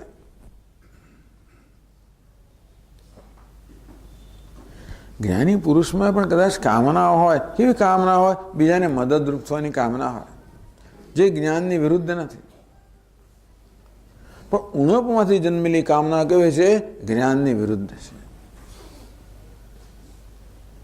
અમારા સમજીએ binding desires, non binding desires. એટલે કે આ જ્ઞાનમાંથી જન્મેલી ઈચ્છા કેવી છે? બંધન કરનારી છે. જ્ઞાનમાંથી જન્મેલી ઈચ્છા કેવી છે? મુક્ત પુરુષની ઈચ્છા છે. એટલે જ્ઞાની પુરુષો કામ કરતા હોય છે, નથી કરતા હોય એમને ઘણું કરતા હોય. એ લોકો યોજનાઓ કરતા હોય, એમને આપણને લાગે ઘણી ઈચ્છાઓ કરે છે. ઈચ્છા કોને મળે? પોતાને મળે. એ સ્વાર્થ પ્રેરિત ઈચ્છા ના હોય. કેવી હોય? નિસ્વાર્થ ઈચ્છા હોય. એટલે બધી જ કામનાઓનો ત્યાગ થયો, એટલે બધી સ્વાર્થ પ્રેરિત કામનાઓનો ત્યાગ થઈ ગયો છે. એક લક્ષણ, મનમાં સ્વાર્થ નથી, મનમાં કોઈ માગણી નથી, મનમાં કોઈ આગ્રહો નથી. આપણે શું કરવું? આપણે મનમાં જોવાનું કે માગણીઓ છે, સ્વાર્થ છે, એનો અર્થ કે એ અજ્ઞાનની ઉપજ છે. તો આપણે જેટલા અંશે આપણા સ્વાર્થને, ઈચ્છાઓને જેટલા અંશે પોષણ આપીએ, એટલા અંશે આપણે અજ્ઞાનને પોષણ આપીએ છીએ, બંધનને પોષણ આપીએ છીએ, દુઃખને પોષણ આપીએ છીએ. જાણવું જોઈએ. આ સાંભળ્યા પછી આપણે એવી ઈચ્છાઓ ના કરી શકીએ. ઈચ્છાનું સ્વરૂપ જાણ્યા પછી, કારણ જાણ્યા પછી પણ આપણે કર કર કરીએ એનો અર્થ કે આ તો ભેંસ આગળ ભાગવત થઈ ગયો. તો ભગવાન આપણે શેને માટે કહે છે? જેથી આપણે આપણા મનનું નિરીક્ષણ કરીએ. મનમાં ઈચ્છા જન્મે તો ભલે, એમ નથી કહેતા કે ઈચ્છાનો તિરસ્કાર કરો. ઈચ્છાને સમજવાની જરૂર છે કે આ શેને માટેની ઈચ્છા છે. આ ઈચ્છાથી મારા સ્વાર્થને પોષવાનું છે કે ઈચ્છા બીજા કંઈ કારણથી છે? જે વસ્તુ મારી પાસે નથી એને માટેની ઈચ્છા છે કે જે છે એને માટેની ઈચ્છા છે? ભાઈ ભૂખ લાગી હોય અને ભોજનની ઈચ્છા થાય તો સમજી શકાય એવું છે. બે પ્રકારની ઈચ્છાઓ છે. એક અનાત્મા પર કેન્દ્રિત ઈચ્છાઓ, બીજી આત્મા પર કેન્દ્રિત ઈચ્છાઓ. આમ ભૂખ, તરસ, આ બધી જરૂરિયાત કેવી છે? અનાત્માની જરૂરિયાત છે. એ તો કર્મથી પૂરી કરવી જોઈએ, એની ના નથી. ધારો કે ગરીબાઈ હોય, નિરક્ષરતા હોય, ટાળ તડકો હોય, એ બધી એ હોય, એ દૂર કરવાની ઈચ્છા તો સમજી શકાય એવી છે. એ ઉપાધિના સ્તરની ઈચ્છાઓ છે. પણ સુખની ઈચ્છા કેવી છે? એ તો આત્મા પર કેન્દ્રિત છે. એ ક્યારે પૂરી ના થાય? એ તો જ્ઞાનથી પૂરી થાય. એ ઈચ્છાઓ અજ્ઞાનમાંથી જન્મેલી છે. કોઈ મારું સન્માન કરે એટલે કોઈ મને માન આપે, કોઈ મને મોટો ભા કરે, કોઈ આવી એવી કેવી છે? સ્વાર્થને પોષવાની ઈચ્છાઓ છે. એ ક્યારે પૂરી નહીં થાય. કોઈ આપણા સ્વાર્થને પોષશે તો આપણે વધારે માંગીશું પાછા. કોઈ સન્માન કરશે ને તો પછી વધારે સન્માન માંગીશું. અમે બ્રહ્મચારી હતા ને ત્યારે તો આપણે સાદા સીધા હોઈએ ને, કોઈ પ્રણામ કરે તો આપણે સંકોચ થાય કે ભાઈ પ્રણામ ના કરીશ. પણ ધીમે ધીમે પ્રણામથી ટેવાતા ગયા. પછી કોઈ પ્રણામ ના કરે ત્યાં કે આને કેમ પ્રણામ ના કરે. પછી જો જાત જાતના પ્રણામ કરતા હોય છે. કોઈ આમ દૂરથી આમ કરે, કોઈ એક આમ નીચે આમ કરે. એમ કાંઈ રીત છે પ્રણામ કરવાની? પ્રણામ કરો તો વ્યવસ્થિત કરો. એટલે માન માંગીએ તો આમ વ્યવસ્થિત માન માંગીએ ને. પછી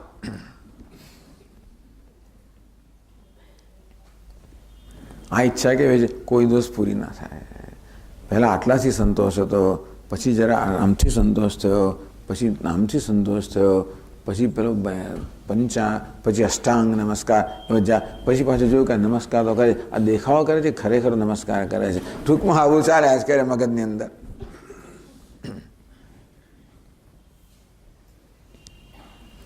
સ્વાર્થ પ્રેરિત ઈચ્છાઓ ક્યારેય પૂરી ના થાય. પણ એમને પ્રોત્સાહન ના આપવું. અહંકારને પોષવાનું પ્રોત્સાહન ના આપવું, સ્વાર્થને પોષવાનું પ્રોત્સાહન ના આપવું. કારણ કે એ ક્યારેય પૂરી નહીં થાય. એ તો અગ્નિ સમાન છે. જેમ જેમ આપણે ઈચ્છાઓ પૂરી કરી તેમ અગ્નિ વધુ પ્રજ્વલિત થાય. અગ્નિમાં ઘી જેમ નાખીએ અને પ્રજ્વલિત થાય તેમ આ સ્વાર્થી ઈચ્છાને જેટલી આપણે પોષીએ એટલી વધુ પ્રજ્વલિત થાય. પ્રજહાતિ યદા કામાન સર્વાન, જ્યારે બધી ઈચ્છાઓ જતી રહી છે, કોઈ સ્વાર્થ રહ્યો નથી, કોઈ માંગણી સ્વાર્થી માંગણી રહી નથી. માંગણી હોય તો એ કદાચ બીજાને ઉપયોગી થવાની માંગણી હોય, કોઈ સ્વાર્થથી પ્રેરિત માંગણી રહી નથી. આ મુક્ત છે. ઈચ્છા એ બંધનની નિશાની છે. સ્વાર્થ પ્રેરિત ઈચ્છા બંધનની નિશાની છે. આ કેવો છે? મુક્ત છે. એટલા એક લક્ષણ કહ્યું જેથી આપણે આપણા મનનું નિરીક્ષણ કરતા રહીએ. ધીમે ધીમે આત્મનિરીક્ષણ, આત્મપરીક્ષણ, આત્મશોધન. પહેલા પોતાનું નિરીક્ષણ કરવું, પછી પરીક્ષણ કરવું અને પછી શુદ્ધિકરણ કરવું. જે અશુદ્ધિ દેખાય ને આવી એને દૂર કરતા જવું, એનું નામ સાધના. પછી બીજું લક્ષણ કહે છે બીજી પંક્તિમાં, આત્મન્યેવાત્મના તુષ્ટ. બીજી વસ્તુ કહી, આત્મની એવ આત્મના તુષ્ટ. તુષ્ટ સંતુષ્ટ, જેને સંતોષ છે. આમ સામાન્ય આપણે ક્યારે સંતોષ થાય? આપણી માગણી પૂરી થાય, ઈચ્છિત વસ્તુ પ્રાપ્ત થાય ત્યારે આપણે સંતોષ જન્મતો હોય છે. કશુંક જોઈતું હતું, કોઈક મને શાલ લાવી આપે તો કેવું સારું મનમાં થાય, બોલીએ નહીં તો આવે, પણ કોઈ લાવી આપે સંતોષ જન્મે.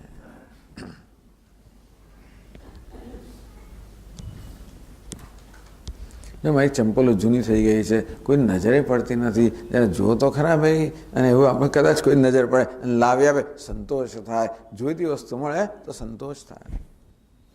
કોઈ લાવશો નહીં, હું તો ખાલી વાત જ કરું છું.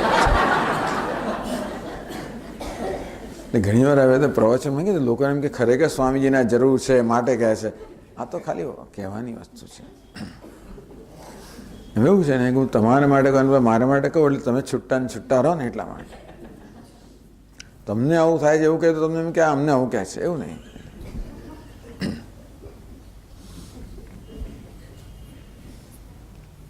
એટલે પોતાનું દ્રષ્ટાંત આપો. આપણે સંતોષ જન્મે છે ખરો, પરંતુ બીજી કશીક વસ્તુથી સંતોષ જન્મે છે. આપણા પોતાના મનમાં અસંતોષ છે, અસંતોષ દૂર કરવા માટે આપણે બીજી બધી વસ્તુઓ પર આધારિત છે ખરો ને. ઈચ્છા છે ને એ જ આંતરિક અસંતોષની નિશાની છે. ઈચ્છા પૂરી થાય એટલે અંદર સંતોષ જન્મે. આપણે સંતોષ માટે અન્ય પર આધારિત છીએ. ત્યારે આ કહે આત્મની એવ આત્મના એવ તુષ્ટ. એવું કારણે બંને જગ્યાએ લગાડે છે. આત્મની એવ તુષ્ટ, પોતાનામાં સંતુષ્ટ છે.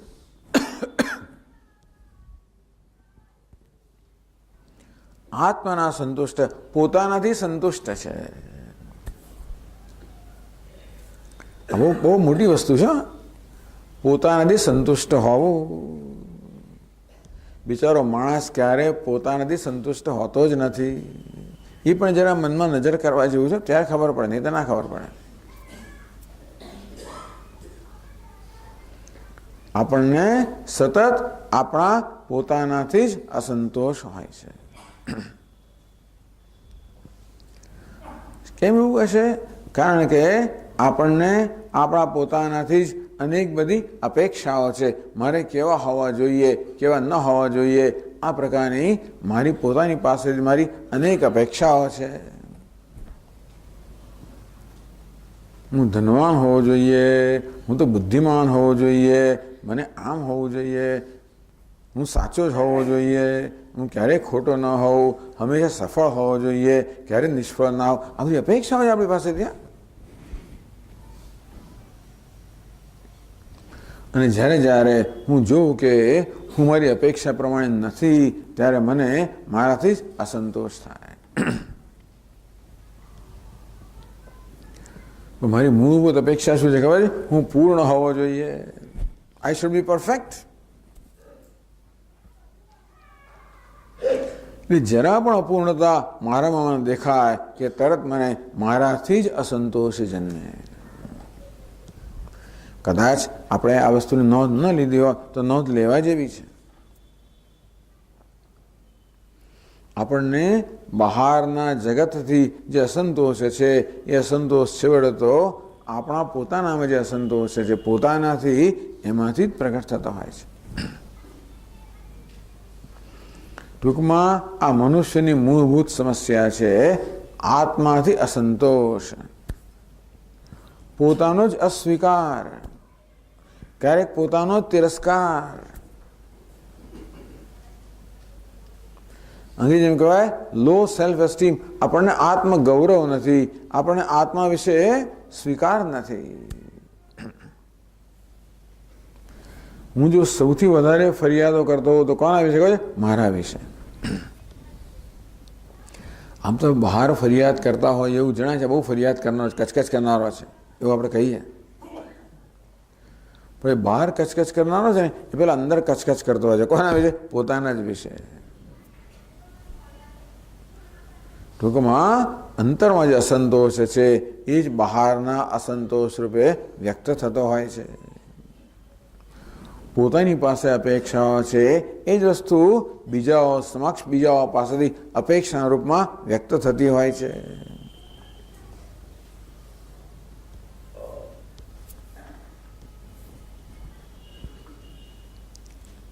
એ સંતોષ કેમ છે? આત્માને, પોતાને ન જાણવાને કારણે. હું પૂર્ણ છું એવું જ્ઞાન મારામાં હોત તો ક્યારે અસંતોષ હોતો જ નહીં, જે વાસ્તવમાં મારું સ્વરૂપ છે. પરંતુ જ્યાં પૂર્ણતા છે ત્યાં આપણે અપૂર્ણતા જોઈએ છીએ. આનું નામ ભ્રમ. જે જ્ઞાન છે ત્યાં અજ્ઞાન જોઈએ છે. જ્યાં અમરતા છે ત્યાં મૃત્યુને જોઈએ છે. જ્યાં પૂર્ણતા છે ત્યાં અપૂર્ણતાને જોઈએ છે. જ્યાં સ્વતંત્રતા છે ત્યાં બંધન જોઈએ છે.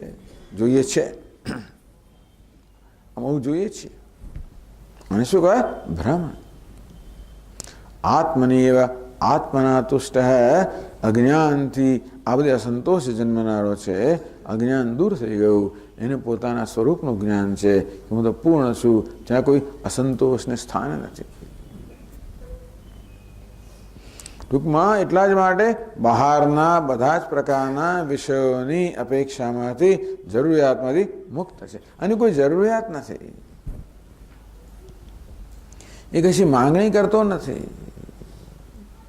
અંદરથી સંતુષ્ટ છે. બધી જ માંગણીઓ અંદરના અસંતોષમાંથી જન્મતી હોય છે. આત્મની એવા આત્મના તુષ્ટ. સ્વયં પોતે જ પોતાનાથી સંતુષ્ટ છે. ટૂંકમાં એને સંતોષ માટે એને બીજી કશી વસ્તુની જરૂર નથી. મને તો ક્યારે સંતોષ થાય? એર કન્ડિશનિંગ હોય તો સંતોષ થાય, બાકી ના થાય. ફલાણી મોટર ગાડી હોય તો સંતોષ થાય, નહીતર ના થાય. અમુક પ્રકારનું ભોજન હોય તો સંતોષ થાય, નહીતર ન થાય. અમુક પ્રકારના વસ્ત્રો હોય તો સંતોષ થાય, નહીતર ન થાય. અમુક પ્રકારના વાળ હોય તો સંતોષ થાય, નહીતર ન થાય, વગેરે વગેરે. આ તો આત્મની એવા જે છે એનાથી સંતુષ્ટ, પોતાનાથી સંતુષ્ટ અને જે કંઈ જેવું છે એનાથી સંતુષ્ટ. ટૂંકમાં પોતાનાથી સંતુષ્ટ, જગતથી પણ સંતુષ્ટ. અને માટે પોતાની પાસે કંઈ માગણી નથી, તેમ જગત પાસે કોઈ માગણી નથી. બધી માગણીઓ શાંત થઈ ગઈ, શમી ગઈ. આ બે વસ્તુ એક જ છે. આમ તો પ્રજાહાતી યદા કામાન, જ્યારે બધી કામનાઓ છૂટી જાય છે ક્યારે છૂટે? આત્મની એવા આત્મના તુષ્ટ. જેને સ્વયં પોતાનાથી સંતોષ છે ત્યારે પછી કોઈ કામના અસંતોષની અભિવ્યક્તિ છે. અસંતોષ ન હોય તો કામના પણ ન હોય, જરૂરિયાત પણ ન હોય, કોઈ ડિમાન્ડ ના હોય, કોઈ અપેક્ષાઓ ના હોય, કોઈ આગ્રહો ના હોય, કોઈ માંગણીઓ ના હોય. આવો માણસ આપણને ગમે. માંગણી કરનાર માણસ આપણને ગમે નહીં. જે આપણી પાસે માંગણી કરતો હોય, આમ કરો ને આમ ના કરો, કરીએ કદાચ અને કયા પ્રમાણે, પણ મૂળભૂત આપણો ગમે નહીં. આપણે શું ગમે?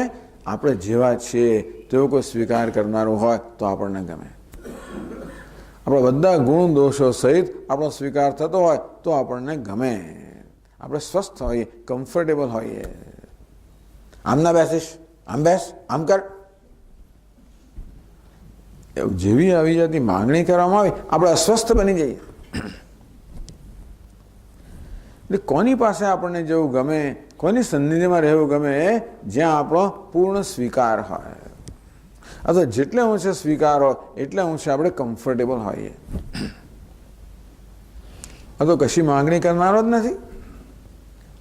માટે એની હાજરીમાં બધા જ કમ્ફર્ટેબલ હોય, બધા જ સ્વસ્થ હોય, બધાને નિરાંતનો અનુભવ થાય, બધાને સલામતીનો અનુભવ થાય, બધાને નિર્ભયતાનો અનુભવ થાય. સ્થિત પ્રજ્ઞસ્તદોચ્યતે, તદા ત્યારે એને સ્થિત પ્રજ્ઞ કહેવામાં આવે છે. આ રીતે પહેલા પ્રશ્ન ઉત્તર મળ્યો. સ્થિત પ્રજ્ઞસ્ય કા ભાષા, આ સ્થિત પ્રજ્ઞની શું ભાષા છે, શું લક્ષણ છે? આ મુખ્ય લક્ષણ છે. કેવું છે?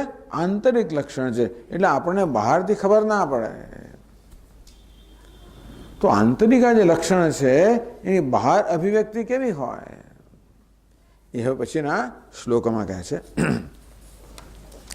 સ્થિતધિ કિમ પ્રભાષેત, અસ્થિતધિ અર્થાત આ સ્થિત પ્રજ્ઞ કેમ બોલે છે, અર્થાત પરિસ્થિતિને કેમ પ્રતિભાવ દર્શાવે છે, એનો ઉત્તર પછીના શ્લોકમાં આપે છે.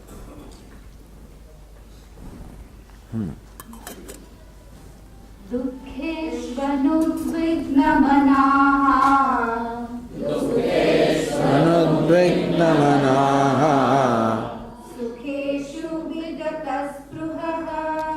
સુખેષુ વિગતસ્પૃહઃ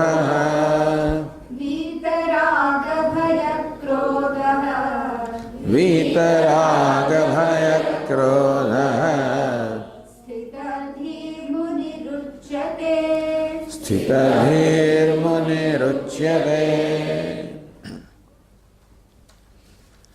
હવે આના બહારના ચિહ્નો વર્ણવે છે, એટલે કે આ પરિસ્થિતિ પ્રત્યે કેવા પ્રકારનો પ્રતિભાવ દર્શાવે છે, એટલે કેમ બોલે છે.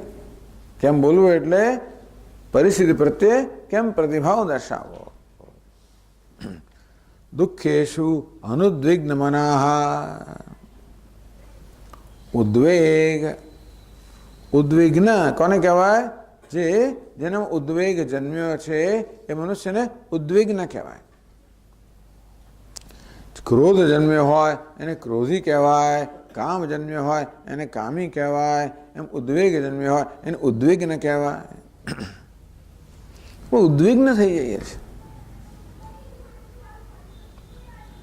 આપણી સમક્ષ કંઈ દુઃખ આવે, કંઈ દુઃખજનક પરિસ્થિતિ આવે તો ઉદ્વિગ્ન થઈ જાય. એને કેમ દૂર કરવી, એનો પ્રતિકાર કેમ કરવો. પ્રતિકૂળતા આવે તરત પ્રતિકાર કેમ કરો. આપણે પ્રતિકૂળતાને સહન કરી શકતા નથી. દુઃખ કોને કહેવાય? ખરેખર જોવા જઈએ તો દુઃખ નામની કોઈ વસ્તુ છે જ નહીં. દુઃખ તો આપણા મને ઉત્પન્ન કરેલી વસ્તુ છે. કોઈ પરિસ્થિતિનું દુઃખ કહેવાય ખરું? હા સ્વામી, સવારે 4:30 એટલે દુઃખ, એવું ખરું? આ એલાર્મ વાગે એટલે દુઃખ, એવું કહેવાય કે સવારનો 4:30 સમય દુઃખ કહેવાય? આ ઠંડી એટલે દુઃખ, ભૂખ એટલે દુઃખ, અરે નિષ્ફળતા એટલે દુઃખ, એવું કહેવાય? એક વસ્તુ જેને દુઃખ કહેતો હોય એને બીજો માણસ સુખ પણ કહેતો હોય, એની જ વસ્તુને બને કે ના બને? અમારા સ્વામીજી કહે, જો આ પતિ પત્ની સાથે રહે છે ને, પણ કોર્ટમાં કેસ ચાલે છે છૂટાછેડાનો.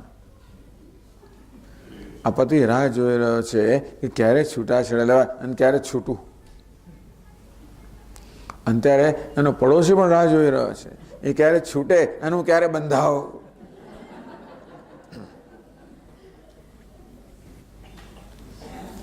વસ્તુ એકની એક જ છે. એકને માટે સુખનું કારણ, બીજા માટે દુઃખનું કારણ.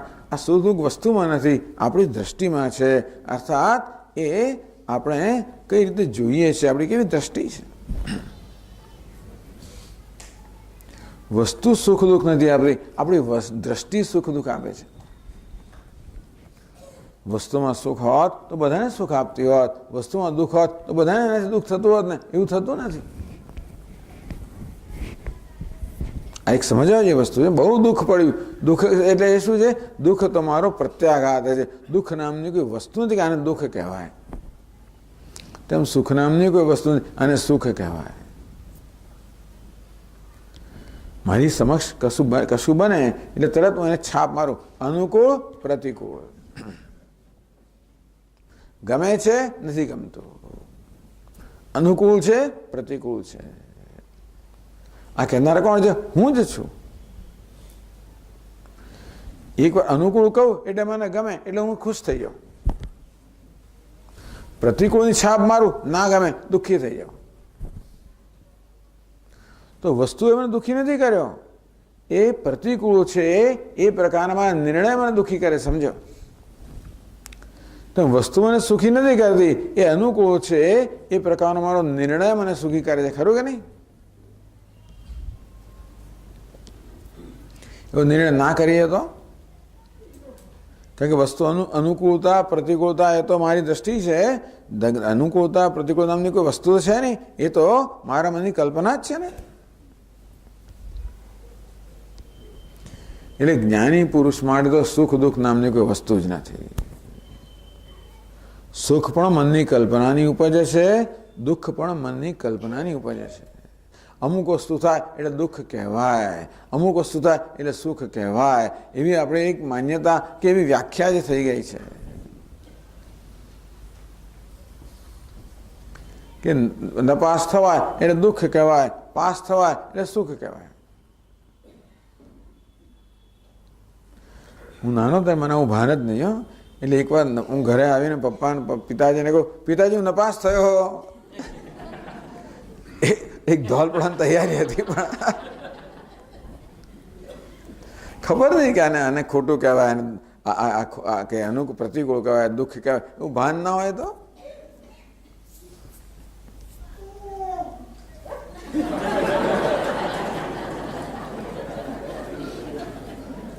અને સુખ કેવું કે દુઃખ કેવું ખબર નથી મને. એવું કરનારને સુખ છે ને મને દુઃખ છે, એવું થઈ ગયું. અરે રે, આપણું પ્રવચન એટલું બધું કંટાળાજનક હશે કે માણસને બગાસા ખાવા પડે.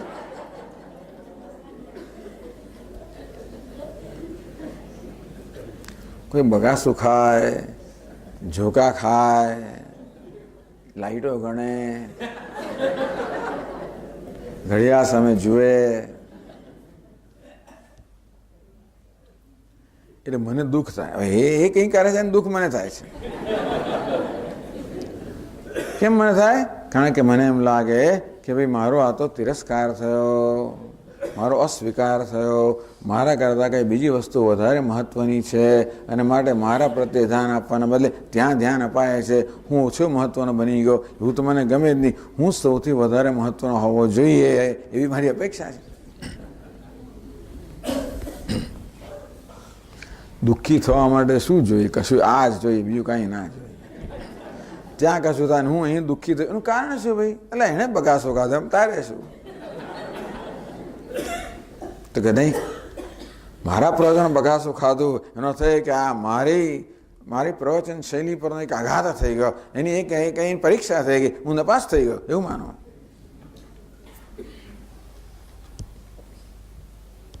કોઈ ઉઠીને ગયું એટલે અહીંયા મને અંદર કંઈક થાય પાછું, ક્યાં ગયું કોઈ આવે ત્યારે મને આનંદ થાય, જાય ત્યારે દુઃખ થાય. આ બધું કોણે ઊભું કરતા? આ તો આપણે ઊભું કર્યું છે ને. પેલા બિચારાને ઘેર જવું હશે, એને કંઈ પછી યાદ આવ્યું હશે, એ જાય માણસ. એ જાય એટલે કોઈ રીતે મારું પ્રવચન નથી ગમ્યું માટે જ જતો રહે, એવો નિયમ કંઈ નથી હોતો. અને હોય તો આપણે શું કરીએ ભાઈ?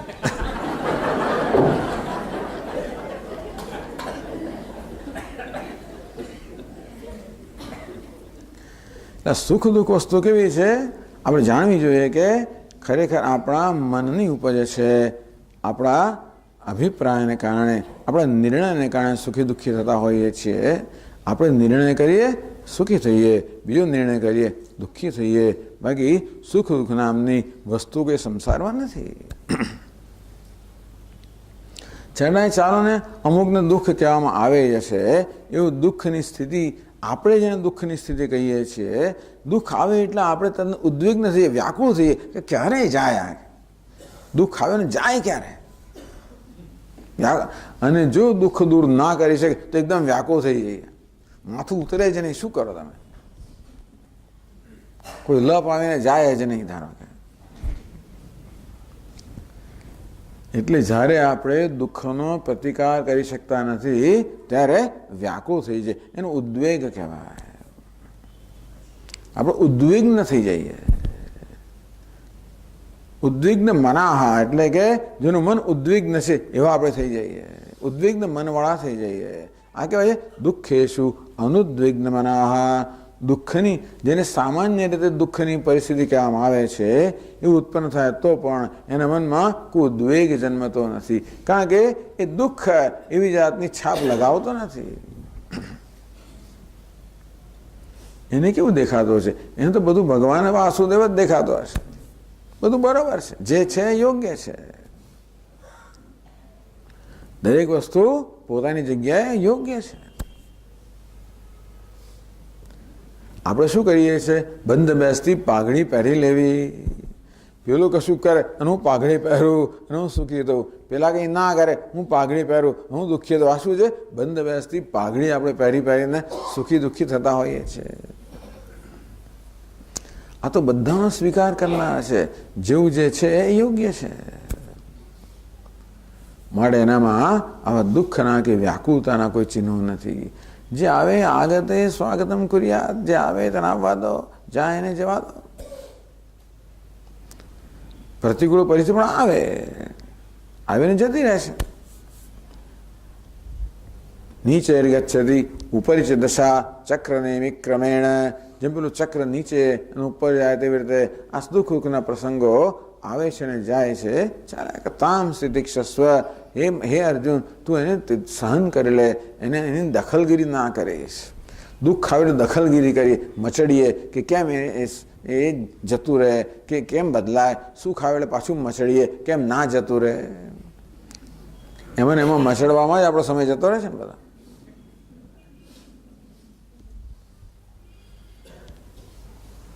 દુઃખેશુ અનુદ્વિગ્ન મનાહ સુખેશુ વિગત સ્પૃહ. સુખ જન્મે એટલે મનમાં સ્પૃહા જન્મે. સુખ જતું ના રહેવું જોઈએ, દુઃખ જતું ના આવવું જોઈએ અને સુખ ન જવું જોઈએ. દુઃખ આવે, જે અણગમતી વસ્તુ આવે એટલે હું વ્યાકુળ થઈ જાઉં, ઉદ્વિગ્ન થઈ જાઉં, અને સુખ આવે એટલે ગમતી વસ્તુ આવી હર્ષમાં આવી જાઉં. અને પછી શું તકલીફ શું થાય? એને પકડી રાખવા માંગો, એને જવું ના જોઈએ. અને જે આવે એ વસ્તુ જવાની જ છે, પણ એને જવા ના દઉં. સ્પૃહા એટલે આવી તૃષ્ણા. જેમ અગ્નિમાં ઘી હોમવામાં આવે તેમ જેમ સુખ આવે તેમ મારી તૃષ્ણા વધતી જાય છે. સ્પૃહા એટલે તૃષ્ણા વધતી જાય છે, એ જતી નથી રહેતી. સુખ પણ દુઃખ આપનારું થયું છે. વાટે તો સુખ આવે શું કરે છે? મારી સુખની તૃષ્ણામાં વધારો કરે છે. એટલે પછી સુખની વધારે ઈચ્છા જન્મે, વધારે સુખની ઈચ્છા જન્મે. પેલું સુખ જતું ના રહે એવી ઈચ્છા જન્મે. એ આવે ને જાય નહીં, પેલું જાય ને આવે નહીં દુઃખ. અને સુખ કેવું છે? આવે ને જાય નહીં.